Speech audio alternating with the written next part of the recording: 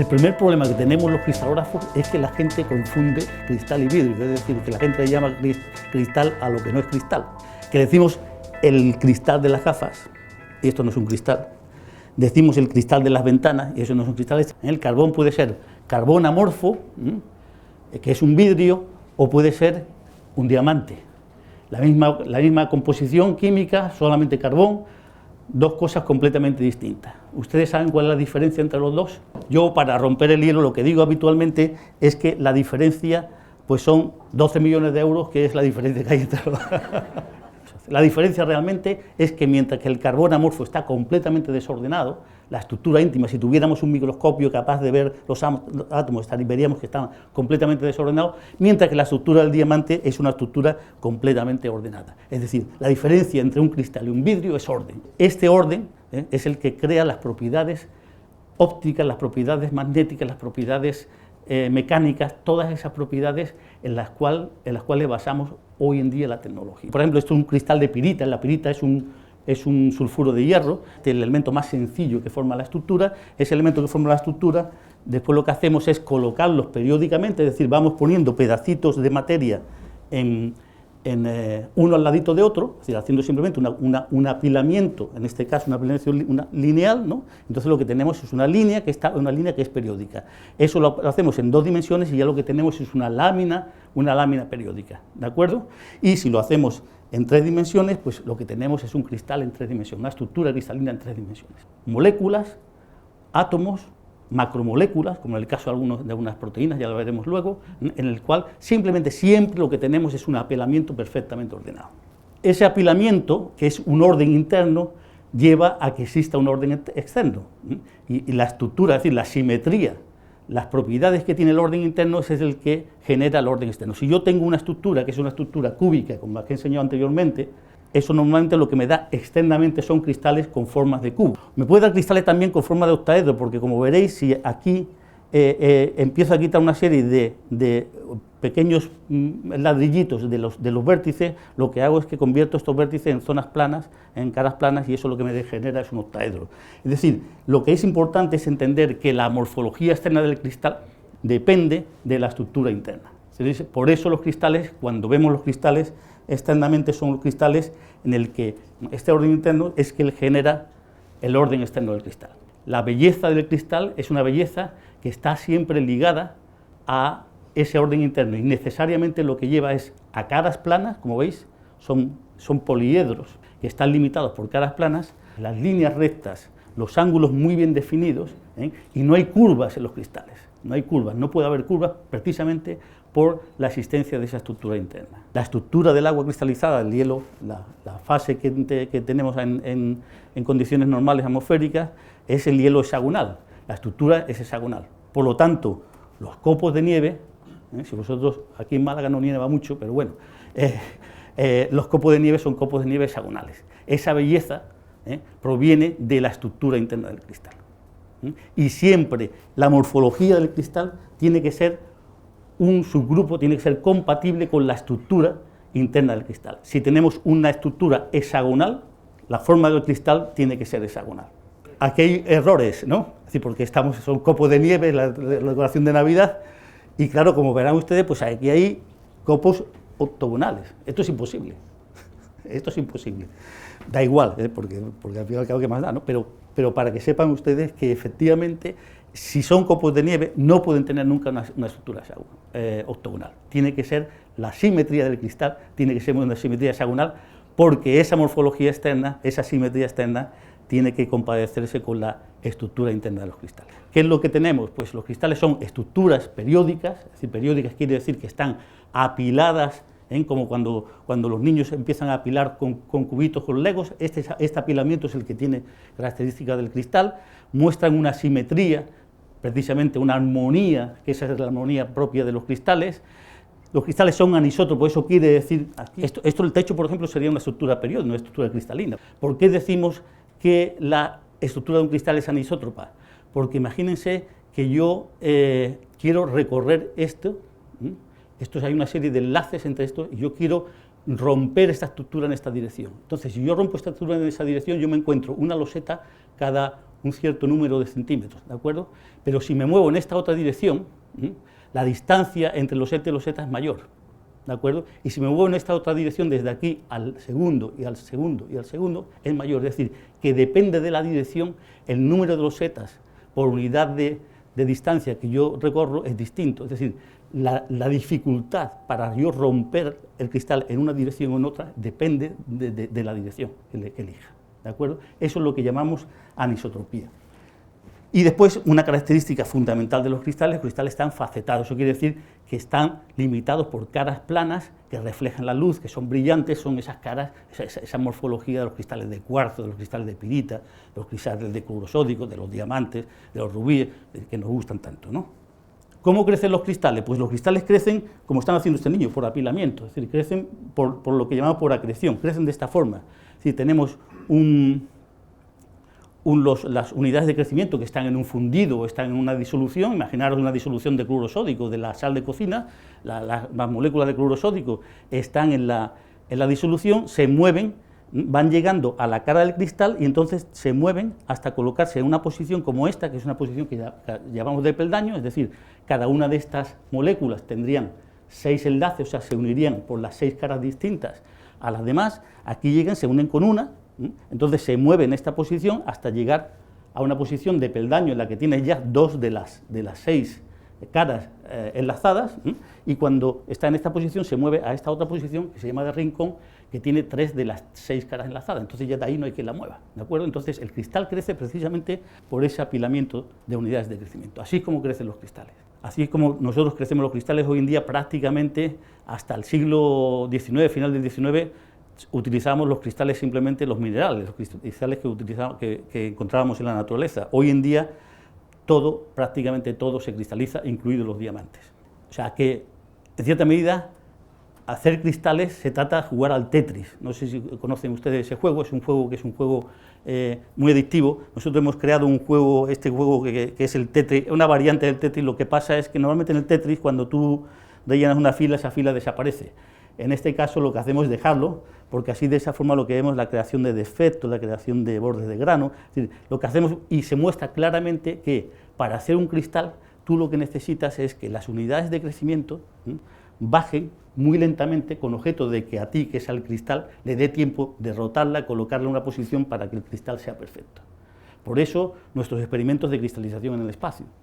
Nosotros hemos desarrollado una tecnología, que es una tecnología para crecer cristales en el espacio. ¿Por qué? Porque en el espacio no hay convección, es decir, el movimiento es muy lento. Por ejemplo, hacerse un tinto de verano aquí es una cosa muy simple porque hay convección, hay gravedad, tú echas el limón sobre el tinto y aquello se mezcla rápidamente. En el espacio, pues te podrías tardar años hasta tomarte el tinto con casera porque tú lo pones arriba, aquello difunde lentísimamente, o sea, no hay convección y entonces tardaría en mezclarse muchísimos años, ¿de acuerdo? Entonces, los experimentos en el espacio son experimentos para hacer cristales que son cristales de gran calidad. Entonces, nosotros hemos desarrollado una tecnología y hemos creado un instrumento, se llama la Granada Crystallization Facility, el instrumento de cristalización Granada, y así es como crece un cristal. Esto es un experimento de cristalización en el laboratorio nuestro. Eso es un cristal de unos 20 centímetros de tamaño, así como lo veis crecer. Estas son las horas, como veis son muchas horas, las que estamos son como 3 días, 4 días. Eso es como crece un cristal. Pero ese crecimiento, como os digo, es un crecimiento que es por el apilamiento de unidades de crecimiento sobre la cara del cristal, ¿de acuerdo? Así es como crece un cristal habitualmente en el laboratorio. El origen de la confusión entre cristal y vidrio, es decir, ¿por qué le llamamos nosotros vidrio cristal a lo que no es cristal? Pues mire, el origen de eso viene precisamente de aquí, de España, de un sitio que se llama Segóbriga, que está en la provincia de Cuenca.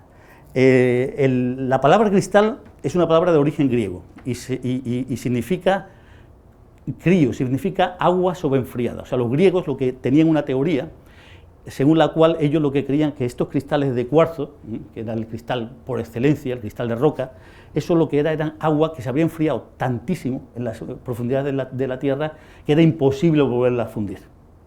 Y entonces ellos le llamaban a eso crío, agua sobreenfriada, y de ahí la palabra cristalos. Y para los romanos, para los griegos y romanos, ellos no sabían la composición química, entonces para ellos cristalos es todo aquello que era transparente, que estaba facetado, es decir, que tenía caras, y que tenía líneas rectas, ángulos rectos.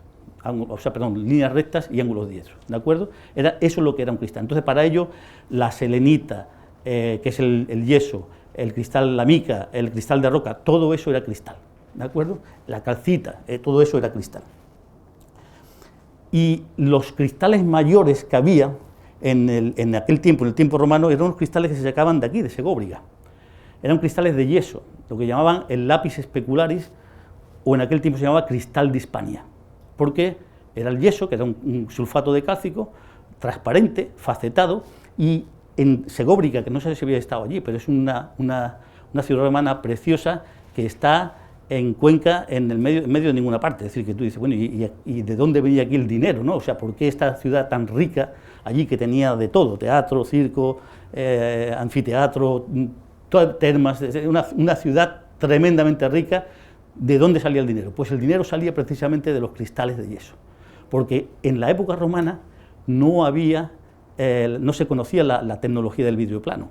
Entonces, si tú querías cerrar una ventana, no tenía más remedio que cerrarla con una lámina de caliza muy finita, o podías tener una lámina de alabastro, pero realmente si tenías dinero, si el material chic, ¿no? la cerámica de esta buena de calidad de ahora, era el yeso, el cristal de Hispania.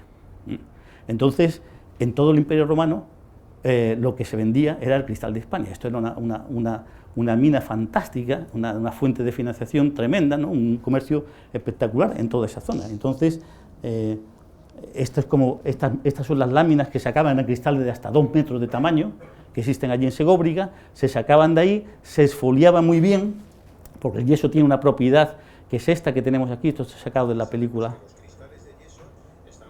Hoy sabemos que los cristales de yeso son así. Sulfato de cálcico, capa de sulfato de calcio, capas de agua. Estas capas de moléculas de agua están unidas más débilmente en la estructura. Por eso, cuando se golpea un cristal de yeso, la estructura se rompen láminas. Entonces, los cristales de Segóbriga eran unos cristales que se exfoliaban, llamamos nosotros, muy bien. Le dabas un golpe y se partían. Entonces, lo que hacían los romanos estaban muy bien organizados, y entonces, igual que ahora tenemos el DIN A3, el DIN A4, toda la normativa de tamaños, ellos tenían también su normativa y hacían cristales adecuados para los distintos usos que había en el imperio, ¿no? Aquí tenemos, esto es una basílica que existe hoy en Roma, la Basílica de Santa Sabina, pero que estos cristales de aquí, todos estos cristales son cristales de yeso.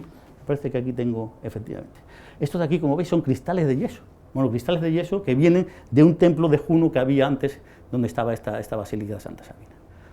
Entonces, esto se utilizaba en el Imperio Romano y era un recurso mineral tremendamente rico para Segóbriga. Siglo I después de Cristo se conoce en Roma, se inventa en Roma la tecnología para hacer vidrio plano. El vidrio se conocía desde hace mucho tiempo, ¿no?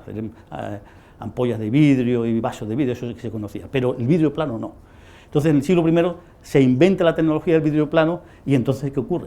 Pues que el vidrio plano es mucho más barato, no había que ir a Segóbriga a traer los carros, llevar hasta Sagunto, hasta Cartagena y después a todo el imperio.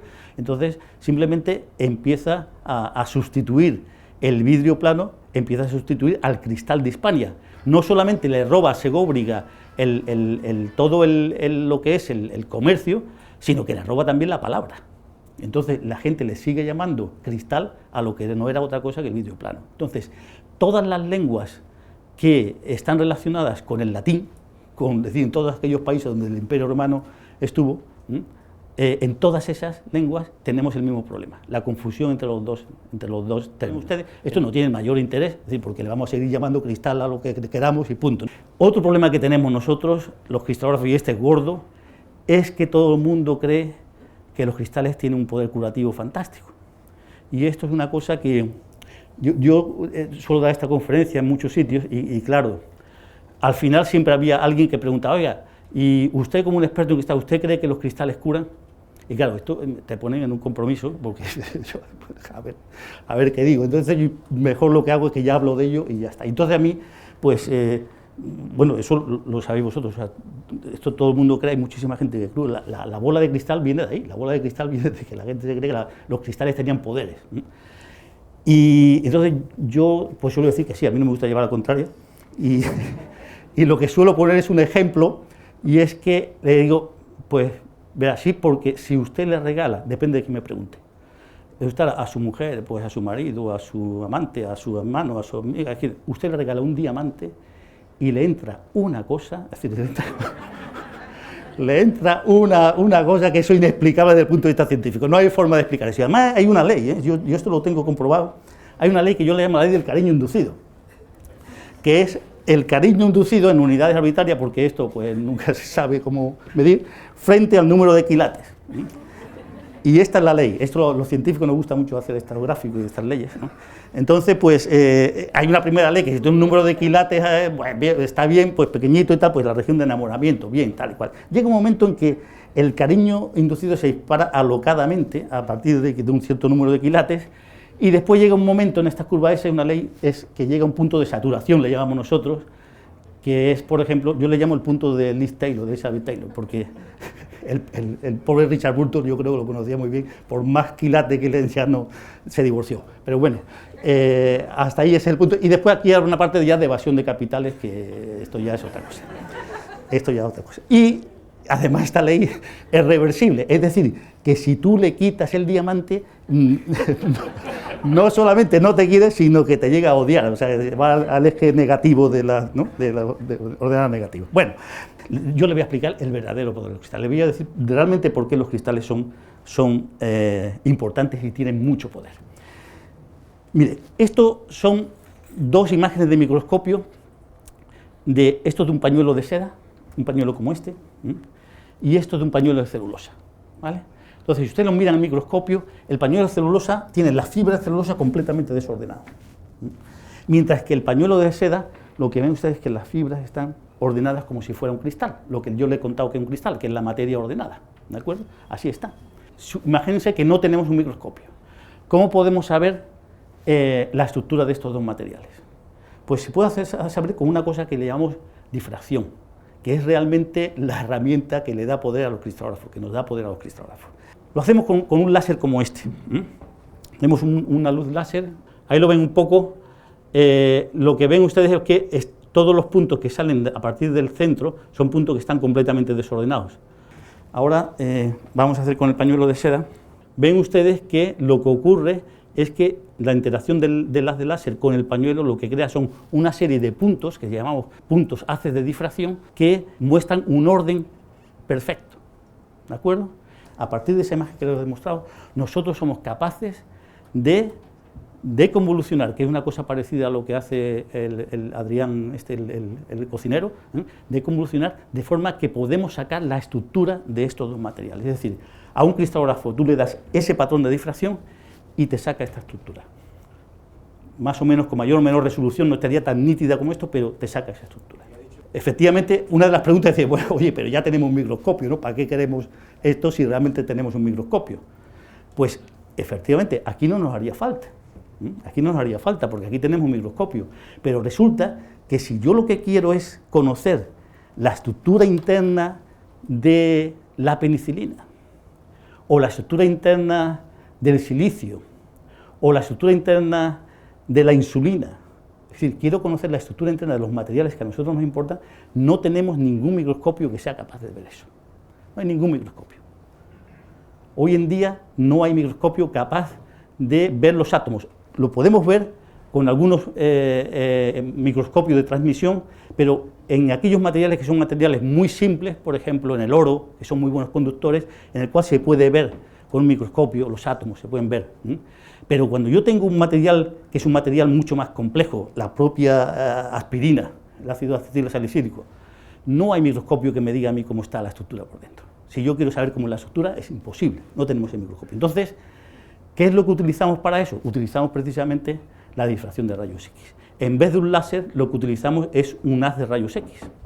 ¿Por qué? Porque esto que yo he mostrado aquí, o sea, este fenómeno que se llama difracción, es un fenómeno que tiene lugar siempre que la longitud de onda, en este caso del haz rojo o del verde, la longitud de onda de la luz que estás utilizando sea similar a la distancia que hay entre este tipo de periodicidad, entre la materia periódica del cristal. Entonces, en el caso este son 600 nanómetros, casi una micra, de diámetro, mucho más pequeño que un cabello, pero el haz de láser tiene básicamente la misma distancia. La longitud de onda es similar a esto. En el caso de las moléculas, lo que utilizamos es rayos X porque la distancia entre átomos y átomos es una distancia muchísimo menor, ¿de acuerdo? Entonces lo que hacemos es eso. Y de hecho, claro, ¿qué necesitamos para hacer este experimento?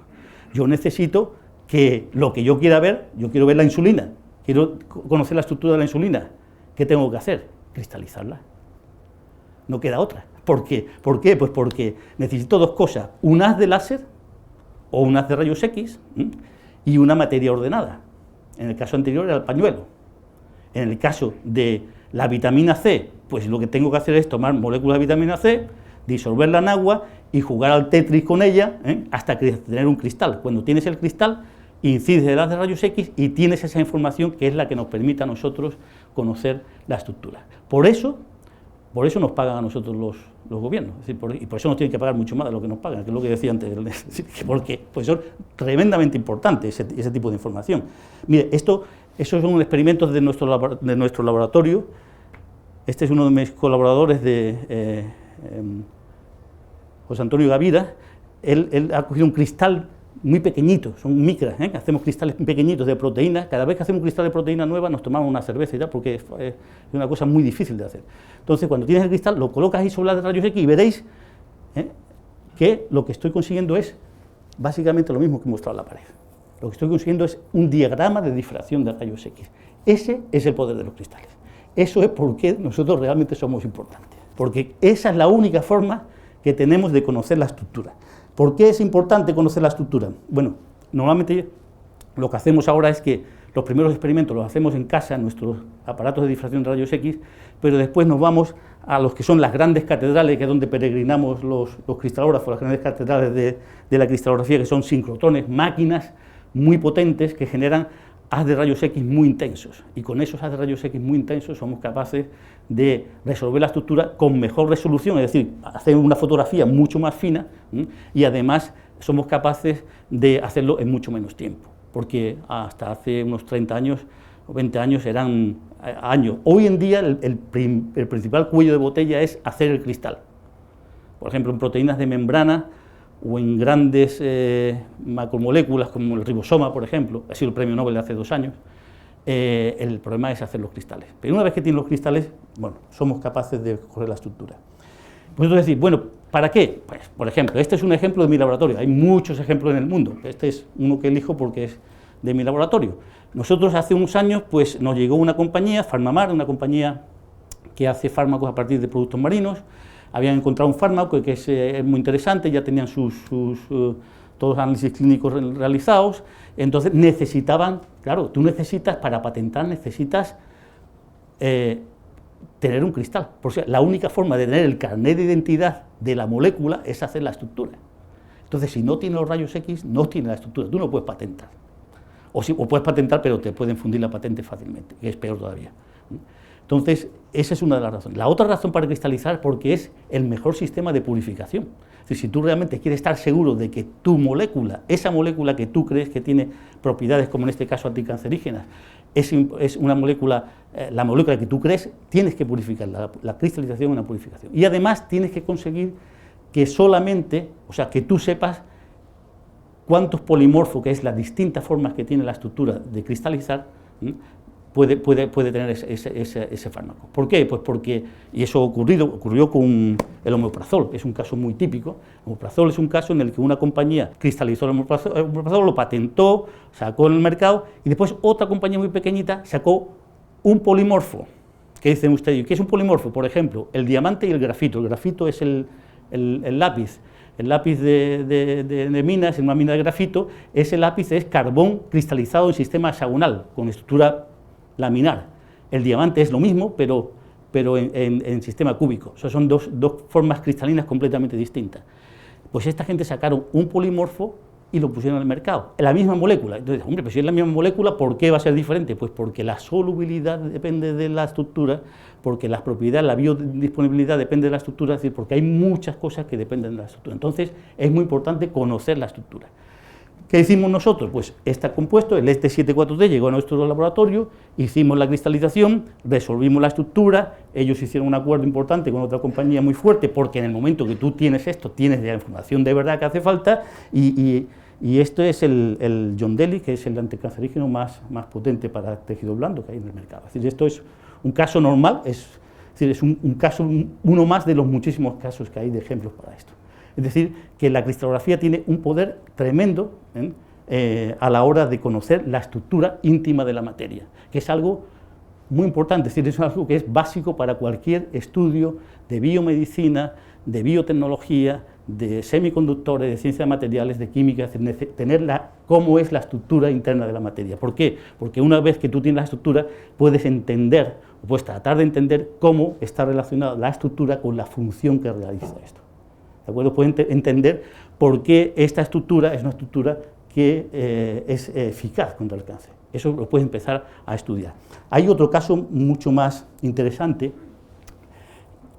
para qué sirve la cristalografía. Es que, por ejemplo, los diseños de fármacos, la mayoría de los fármacos de hoy en día son fármacos que vienen de muy antiguo o de un ensayo y error de muchísimas moléculas distintas, ¿no?, que se conocen porque, bueno, había principios, había alguna literatura en la botánica en el que se conocían algunas propiedades de ciertas moléculas, ¿no?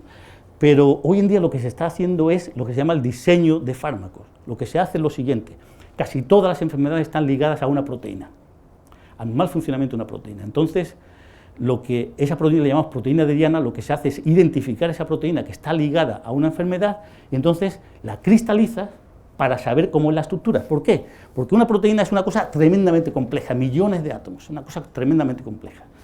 Pero cuando tú tienes esa proteína, hay solo una parte que es el sitio activo de la proteína, que es una cosa muy pequeñita que está en la parte de fuera, porque es la que hace la función de la proteína.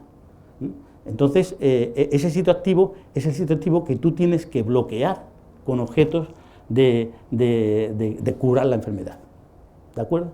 Entonces, ¿qué es lo que se hace? Bueno, pues se busca la proteína, se cristaliza la proteína, se conoce el sitio activo y entonces lo que hacemos es desarrollar moléculas, diseñar moléculas que como una llave, una cerradura, entren en el sitio activo, ¿de acuerdo?, y no tengan ningún efecto secundario, sino que vayan directamente a lo que es el problema.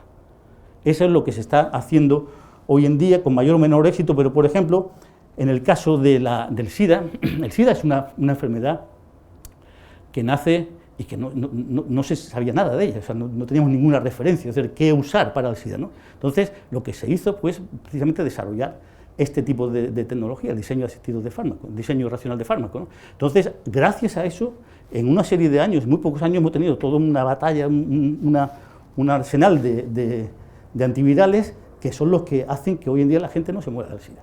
Eso se ha conseguido en muy poquito tiempo gracias al diseño asistido de fármaco, gracias a que hemos conocido la estructura de la proteína y hemos diseñado, yo no he participado en eso, porque los cristalógrafos, ¿no?, hemos diseñado una serie de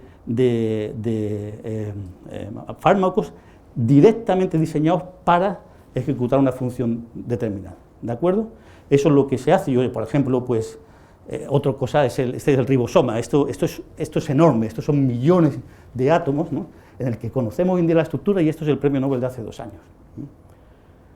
Los premios Nobel desde la cristalografía, curiosamente, una disciplina que prácticamente nadie conoce, es la disciplina que más premios Nobel ha dado. Desde Bragg, desde el año que estamos celebrando, el centenario que estamos celebrando es el centenario de la difracción de los rayos X, el descubrimiento de la difracción de los rayos X por Laue, y después en la primera resolución de una estructura del cloruro sódico por Bragg. Desde entonces estamos dando premios Nobel continuamente. Y curiosamente nadie conoce la cristalografía. La verdad es que se ha explicado muy mal, la hemos explicado mal durante muchísimo tiempo, y por eso estamos dando este tipo de charlas. La idea precisamente es contarles a ustedes de una forma un poquito más asequible cómo es. Entonces, de la exposición que hemos hecho, lo que hemos hecho precisamente es diseñar una serie de carteles son carteles que son muy simples, no llevan casi textos, y normalmente lo que hemos hecho es elegir una imagen con mucha fuerza y que además que la gente dice, bueno, ¿y qué tendrá que ver los cristales con esto, ¿no? Porque eso es lo que queremos hacer, sorprender a la gente, decir, oiga, no solamente son los minerales o no solamente son las gemas, los cristales sirven para muchas cosas más. Y en la exposición una de las cosas que va es este cristal, que es un cristal de cuarzo, no se ve muy bien aquí, en el que lo hemos llenado de medicinas, y aquí abajo pues está la explicación de cuál es el papel de la cristalografía en el mundo de la farmacia, de la investigación farmacéutica y biomédica, y el lema que lleva puesto ahí es: lo que cura no son los cristales, lo que cura es la cristalografía.